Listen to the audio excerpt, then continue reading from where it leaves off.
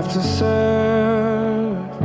Look no further, I'm finally found something to hold on to. I couldn't believe it, I couldn't see it, for someone to see me like you do, and over and over anew. Assalamualaikum. Untuk Iskandar dan juga Hanisah, saya ucapkan selamat pengantin baru. Semoga bahagia sehingga ke anak cucu. Dan saya doakan segala yang terbaik. Semoga mendapat cahaya mata yang soleh dan soleha. Segala yang terbaik untuk korang. So, terima kasih banyak. Selamat pengantin baru sekali lagi.